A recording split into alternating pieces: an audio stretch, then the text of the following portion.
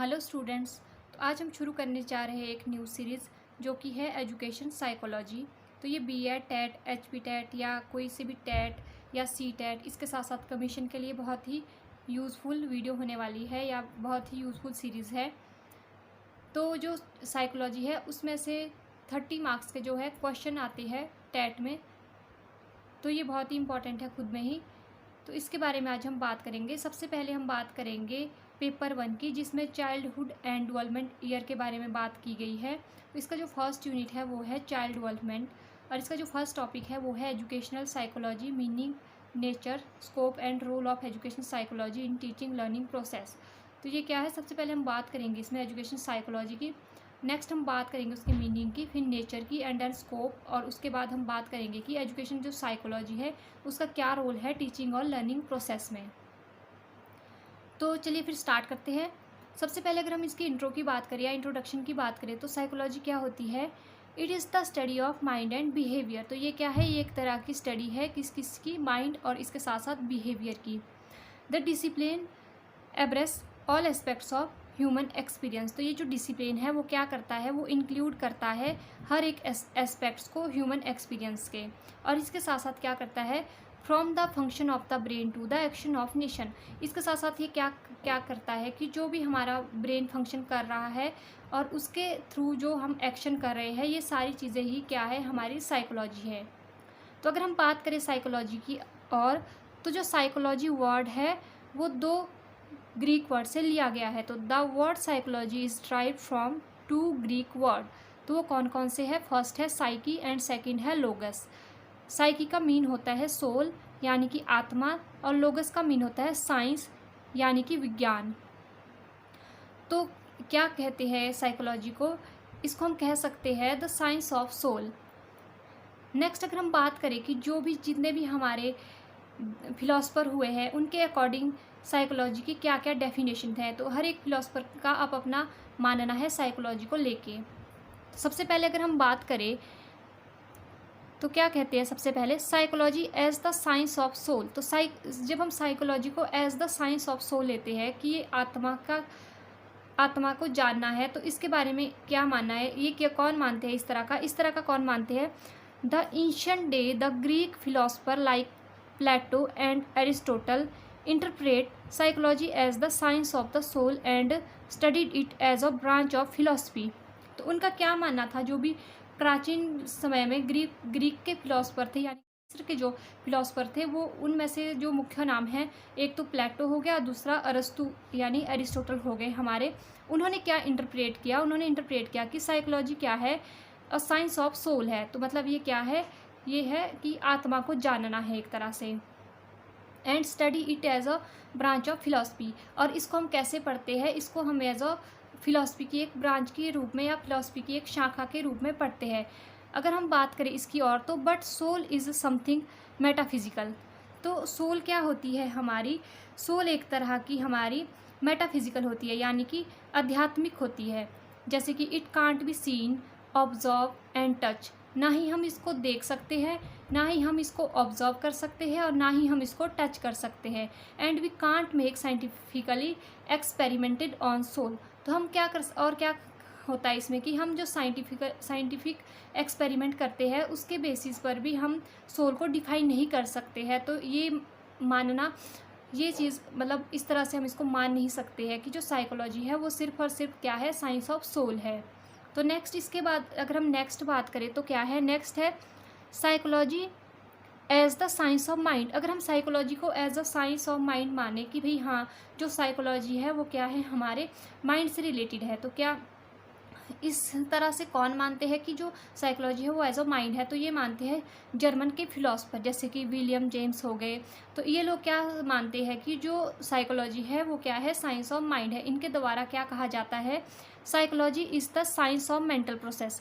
ये लोग ऐसा मानते हैं कि जो साइकोलॉजी है वो हमारी मेंटल प्रोसेस का ही एक स्टडी है या साइंस ऑफ मेंटल प्रोसेस की, हमारा जो माइंड है वो कैसे काम कर रहा है, तो इसके बेस पर ही क्या है, साइकोलॉजी है। तो ये भी किसी हद तक ठीक है कि चलो जो हमारा दिमाग काम करता है कि उसी तरह से साइकोलॉजी होती है, परंतु इसका भी कोई एक पर्टिकुलर हम एक्सपेरिमेंट नहीं कर सकते हैं इस पर। तो ये भी एक्सेप्टेबल नहीं था। तो नेक्स्ट अगर हम बात करें psychology as the science of consciousness, तो ये क्या है कि जो साइकोलॉजी को अगर हम एज अ कॉन्शियसनेस माने कि, तो इसमें मॉडर्न जो साइकोलॉजिस्ट थे उनके द्वारा इस पर कुछ एक बातें कही गई है। तो अगर हम इसमें और बात करें कि कॉन्शियसनेस कैसे है, तो जो हमारे मॉडर्न साइकोलॉजिस्ट थे उनका मानना है कि science of the inner world, तो ये क्या है, ये एक तरह की ऐसी साइंस है जो इनर वर्ल्ड को रिप्रेजेंट करती है। ये किसका मानना था, जेम्स सले और इसके साथ साथ विलियम वुंड का मानना था। तो जो विलियम वुंड है इनका एक बहुत ही इंपॉर्टेंट रोल है साइकोलॉजी में। इनको साथ साथ में क्या, ये जो विलियम वुंड है इन्होंने क्या किया है, एक्सपेरिमेंटल साइकोलॉजी को डिस्कवर किया। तो एक्सपेरिमेंटल साइकोलॉजी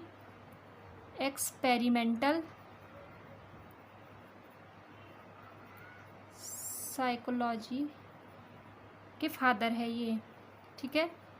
तो एक्सपेरिमेंटल साइकोलॉजी के फादर कौन है, विलियम वुंड है हमारे। और इसके साथ साथ इन्होंने क्या किया है, ये फर्स्ट साइकोलॉजिस्ट है जिन्होंने साइकोलॉजी की लेबोरेटरी खोली थी जर्मनी में, ठीक है। तो कहाँ खोली थी इन्होंने, जर्मनी में। और उसका नाम क्या था, उसका नाम था लिम्पेंजिंग। तो फर्स्ट लेबोरेटरी का नाम क्या था, लिम्पेंजिंग, और ये कहाँ निकाली इन्होंने, जर्मनी में।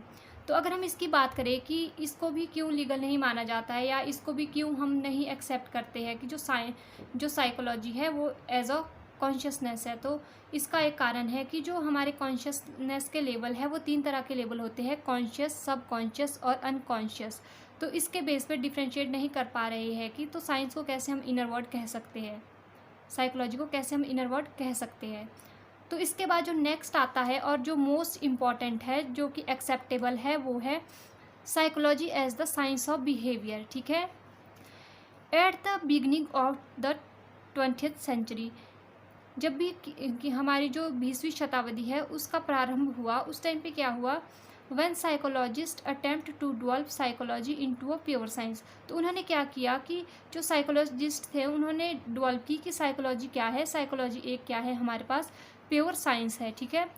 It come to be defined as the science of behaviour. तो इन्होंने क्या कहा कि इन्होंने क्या कहा साइकोलॉजी को कि साइंस क्या है, ये साइकोलॉजी क्या है, ये क्या है, एक तरह के बिहेवियर ऑफ साइंस है, ठीक है। तो ये किसने कहा, जो मॉडर्न साइकोलॉजिस्ट थे उन्होंने जब बहुत सारे अटेम्प्ट किए और वो साइकोलॉजी पे स्टडी कर रहे थे तो उन्हें पता चला कि जो साइकोलॉजी है वो क्या है, वो एक तरह का बिहेवियर है। किसी भी इंसान के बिहेवियर को देखकर हम पता लगा सकते हैं कि वो इंसान किस तरह का है। तो उन्होंने इसे ही क्या कहा, साइकोलॉजी कहा या मनोविज्ञान कहा। तो the term behaviour was popularized by JB Watson. तो जो टर्म बिहेवियर है वो किसने दिया या सबसे ज़्यादा पॉपुलर किसने किया, तो वो किया जेबी वॉटसन ने, ठीक है। तो ये थी कुछ एक बात जो हमने अभी बात की। सबसे पहले हमने बात की इसमें साइकोलॉजी की, कि साइकोलॉजी क्या होती है। उसके बाद हमने साइकोलॉजी कहाँ से ली है, ग्रीक वर्ड से ली है। उसके बाद हमने बात की कि साइकोलॉजी को हम एज अ सोल कहते हैं, कॉन्शियसनेस कहते हैं, और इसके साथ साथ बिहेवियर कहते हैं। तो इस तरह से हमने बात की। अब हम नेक्स्ट बात करेंगे अपने मेन टॉपिक की। जो हमारा मेन टॉपिक है वो है हमारा एजुकेशन साइकोलॉजी।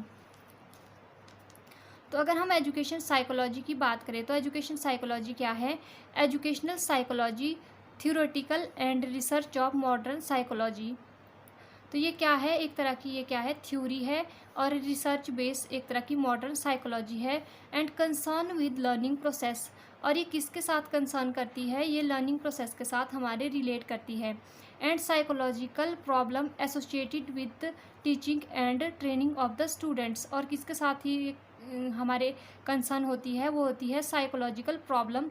जो भी साइकोलॉजिकल प्रॉब्लम आती है हमारी टीचिंग और लर्निंग टाइम के बीच में, उस सारी प्रॉब्लम्स को डील करने के लिए हमारी एजुकेशनल साइकोलॉजी हेल्प करती है। अगर हम बात करें एजुकेशनल साइकोलॉजी स्टडीज़ द, तो जो एजुकेशनल साइकोलॉजी है वो उसके अंदर क्या क्या स्टडी करते हैं।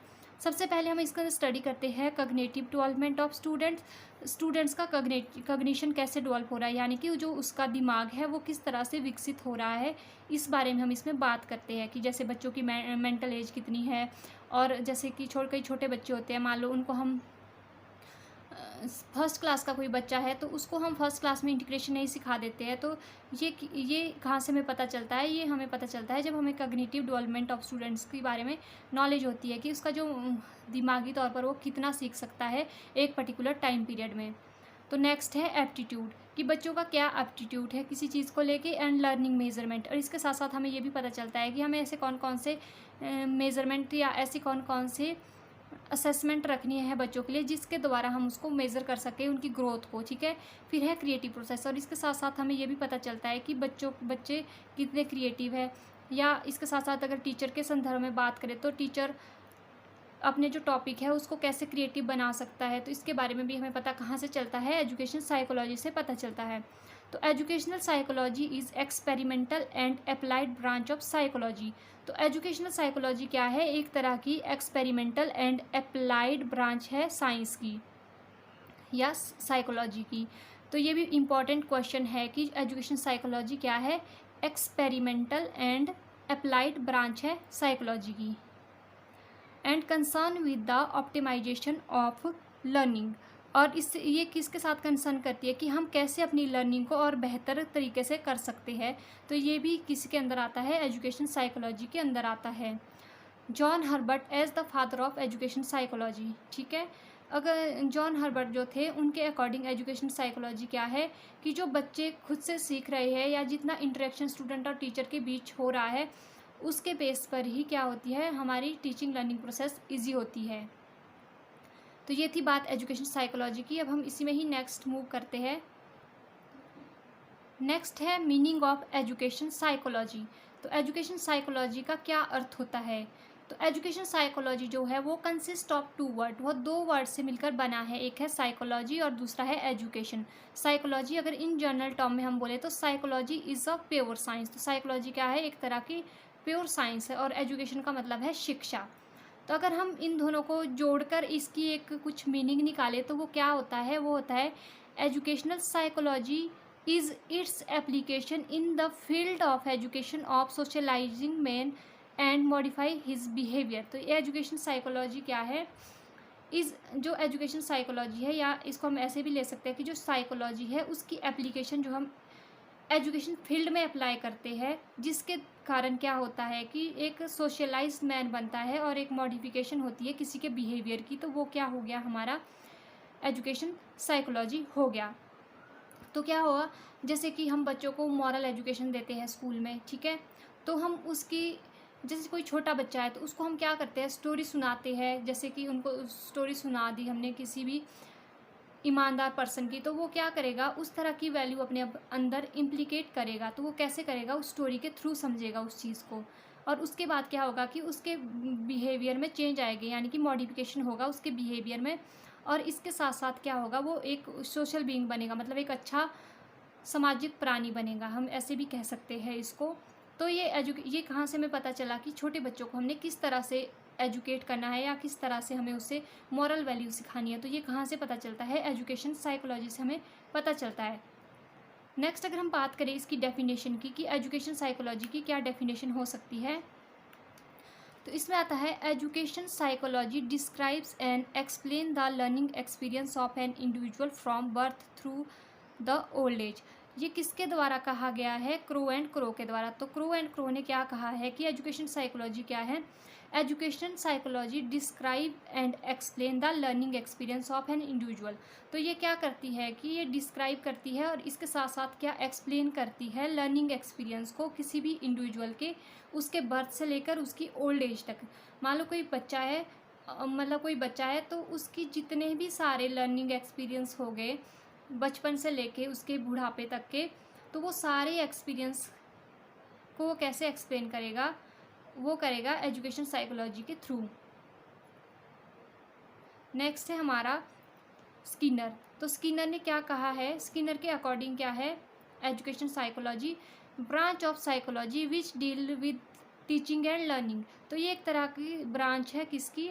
साइकोलॉजी की, जो डील करता है टीचिंग एंड लर्निंग प्रोसेस के साथ। तो इन्होंने क्या कहा है? Branch of psychology which deal with the teaching and learning, जो टीचिंग एंड लर्निंग के साथ डील करती है। इस तरह की जो ब्रांच है वो क्या है? साइकोलॉजी है। नेक्स्ट है स्टेफन। इनके अकॉर्डिंग क्या है? इनके अकॉर्डिंग है education psychology is the systematic study of the educational growth and development of a child.